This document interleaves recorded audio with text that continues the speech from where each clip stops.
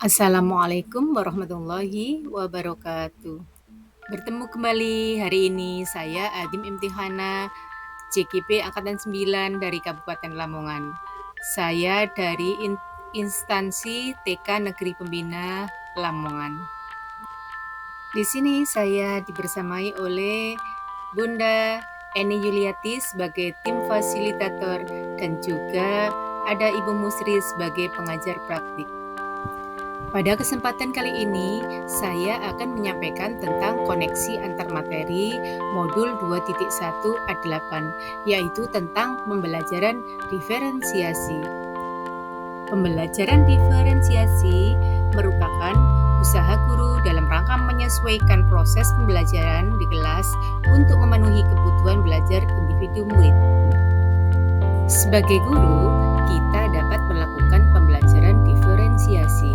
Untuk itu, guru harus yang pertama memahami tujuan pembelajaran, kemudian mengetahui dan merespon kebutuhan murid. Yang ketiga, melakukan manajemen kelas yang efektif. Yang keempat, menciptakan lingkungan belajar yang mengundang murid untuk belajar. Yang kelima, melakukan penilaian berkelanjutan. Berkaitan dengan kebutuhan belajar murid, guru harus memahami 3 aspek. Yang pertama, kesiapan belajar. Yang kedua, minat. Dan yang ketiga, profil belajar murid. Dari ketiga kebutuhan tersebut akan menjadi dasar dalam praktek pembelajaran diferensiasi. Yang dimaksud dengan kesiapan belajar yaitu di mana kita sebagai guru diharuskan untuk menilai pengetahuan awal dan menentukan apa yang telah murid ketahui dan di mana murid berada. Minat murid. Minat merupakan satu motivator penting bagi murid untuk terlibat aktif dalam proses pembelajaran. Karena minat anak satu dan yang lain pasti berbeda-beda, sehingga jika kita membuat pembelajaran sesuai dengan minat, maka anak akan merasa senang dan tertarik dengan pembelajaran yang kita hadirkan. Profil belajar murid yaitu suatu cara murid dalam belajar, karena kita mengetahui bahwa setiap individu mempunyai profil belajar yang berbeda-beda, sehingga dengan mengetahui profil anak, guru dapat memvariasikan metode serta pendekatan mengajar mereka. Kemudian, banyak faktor yang mempengaruhi profil belajar murid, yaitu diantaranya preferensi terhadap lingkungan belajar, kemudian adanya pengaruh budaya, dan juga gaya belajar mereka yang berbeda-beda, serta preferensi kecerdasan majemuk. Dengan melihat profil belajar murid, kita sebagai guru dapat menyesuaikan proses pembelajaran sesuai dengan kebutuhan murid.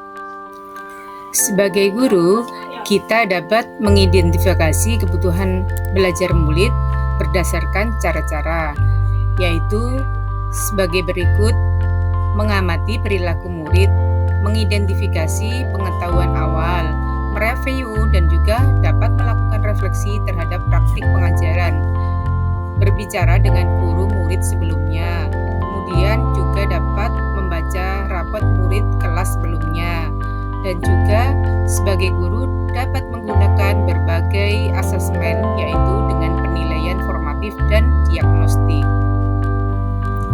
Setelah melakukan pemetaan kebutuhan murid, guru dapat menentukan strategi pembelajaran diferensiasi, yaitu diferensiasi konten, diferensiasi proses, dan juga diferensiasi produk. Yang dimaksud dengan diferensiasi konten yaitu yang berkaitan dengan apa yang kita ajarkan, seperti materi, konsep, atau keterampilan yang perlu dipelajari berdasarkan kurikulum. Pada diferensiasi konten ini bisa dilakukan dengan membedakan pengorganisasian atau format penyampaiannya, bukan untuk menurunkan standar kurikulum.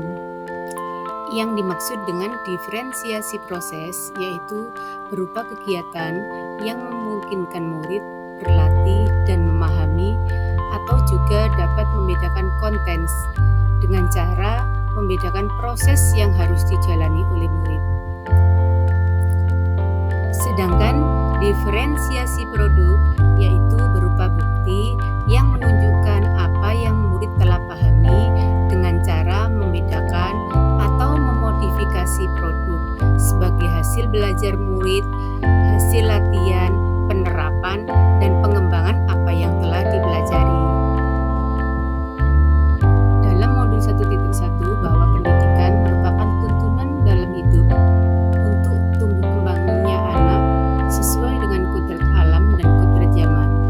Keterkaitannya dalam modul berdiferensiasi dengan modul yang telah dipelajari pada modul 1 yaitu untuk melakukan pembelajaran diferensiasi, maka guru harus memenuhi kebutuhan belajar anak, yaitu sesuai dengan kodrat alam dan juga kodrat zaman. Hal ini sesuai dengan filosofi Ki Hajar Dewantara. Pada modul 1.2 kita telah belajar tentang nilai-nilai dan peran guru penggerak. Keterkaitan modul berdiferensiasi dengan modul yang telah dipelajari pada modul 1.2 yaitu dalam melakukan pembelajaran berdiferensiasi, guru penggerak harus berpihak kepada murid, reflektif, mandiri, kolaboratif, dan inovatif untuk menciptakan pembelajaran-pembelajaran yang berdiferensiasi agar dapat memenuhi kebutuhan murid. Dengan demikian, pembelajaran diferensiasi sesuai dengan nilai dan peran guru penggerak yang telah kita pelajari pada modul 1.2. Materi modul 1.3 yaitu tentang visi guru penggerak, di mana kita diharapkan menyusun rencana, bagja, dan prakarsa perubahan. Nah, keterkaitan modul berdiferensiasi dengan modul yang telah kita pelajari dengan modul 1.3 yaitu pembelajaran diferensiasi dapat menjadi salah satu strategi untuk mewujudkan visi guru penggerak yang berpihak kepada murid dan juga mempertimbangkan profil pelajar Pancasila.